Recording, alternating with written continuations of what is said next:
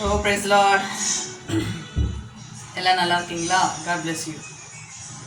இன்றைக்கி எத்தனையோ மருத்துவமனையில் பார்த்தீங்கன்னா க்யூர் ஆகாமல் எவ்வளோ வியாதியில் மரண படுக்கையில் இருக்கிற அந்த மக்களுக்காக இந்த சாங்கு.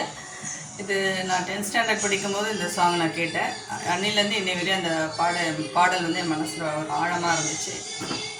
இதில் இந்த பாடலோட அர்த்தம் என்னென்னா, ஒரு வியாதிப்பட்டவன் வந்து கடவுள்கிட்ட வந்து அழுது அவனுடைய வேண்டுதல் உங்ககிட்ட கேட்கலையா அப்படின்னு அழுகுறான். அதுக்கு கடவுள் கொடுத்த ரிப்ளை அதுதான் இந்த சாங். ஒருத்தன் வந்து கேட்குறான், எனக்கு ஏன் சுகம் கிடைக்கல அப்படின்னு கேட்கும்போது அதுக்கு கடவுள் ரிப்ளை பண்ணுற மாதிரி இந்த சாங். வார்த்தையை அனுப்பினே என் வாதையை மாற்றுவே, வார்த்தையை அனுப்பினே என் வாதையை மாற்றுமே,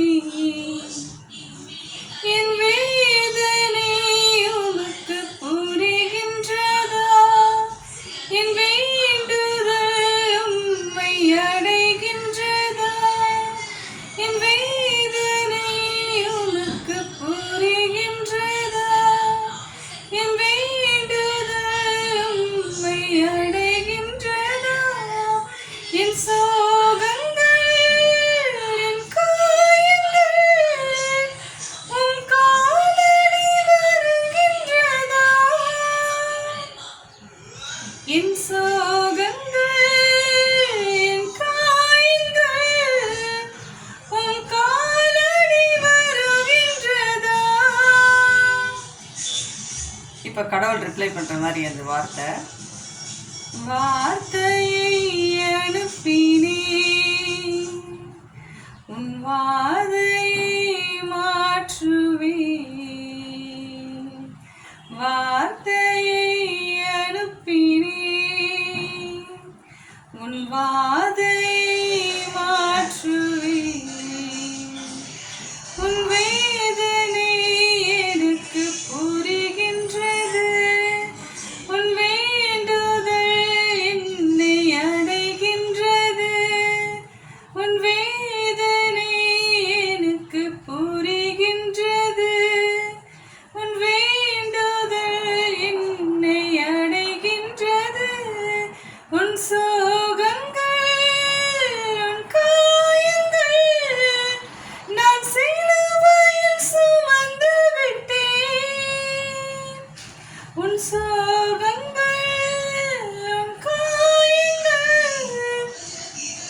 நான் சிலுவையில் சுமந்து விட்டேன், என் பிள்ளை என்றால் சிட்சிக்கின்றேன், உன்னை சிட்சித்த பின் ரட்சிக்கின்றேன், என் பிள்ளை என்றால் சிட்சிக்கின்றேன், உன்னை சிட்சித்த பின் ரட்சிக்கின்றேன். இந்த பாடலை என்ன அழகா ஆயத்தமா சாங்கு ரவி பாரதின்னு போட்டு பாருங்க. இந்த சாங் ஆயத்தமா சாங்கில் இந்த அழகான வரிகள் வச்சு என்ன அழகா எழுதியிருக்காங்க. என் பிள்ளைனா உன்னை உன்னை வந்து சிரிச்சிக்கிறேன், சோதித்ததுக்கு அப்புறம் உன்னை என்ன பண்ணுறேன், ரட்சிக்கிறேன். இதுதான் இந்த சாங்கோட அர்த்தம். இந்த கடவுள் நமக்கு சுகம் கொடுக்க மாட்டாருன்னு கிடையாது, கடவுள் நமக்கு சுகம் கொடுக்குற தெய்வம் தான். நம்ம எந்த அளவுக்கு கடவுள் மேலே அதிகமான அன்பும் அதிகமான நம்பிக்கையும் இருக்கும்பொழுது கடவுள் நம்மளுடைய வாழ்க்கையில் பெரிய அற்புதங்களே அதிசயங்களே செய்வார். ஒரு நாளும் நம்மளை கைவிட மாட்டார். கடவுள் இந்த உலகத்தில் நம்மளை வாழணுன்றதுக்காக தான் அனுப்பியிருக்காரு தவிர பாதியிலே போகணும் அறவுரையே சாகணும்னு அனுப்பல. சரிங்களா? அதனால் கடவுள் நமக்கு கொடுக்குற ஜீவனில் என்னாலே உன் ஆயுசு நாட்கள் பெருகும் அப்படின்னு எழுதியிருக்கிறது. சரிங்களா? அதனால் சோர்ந்து போகாதீங்க. உங்களுக்காக ஜெபிக்கும்.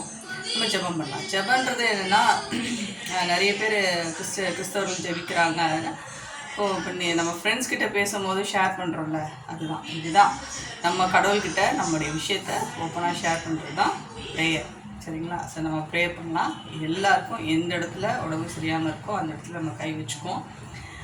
கடவுள் ஒரு அற்புதத்தையும் அடையாளத்தையும் நமக்கு செய்வார். ஓகே, எங்களை அதிகமாக நேசிக்கிறீங்க நல்ல பிதாவே. சுவாமி இரக்கமாயிரும்.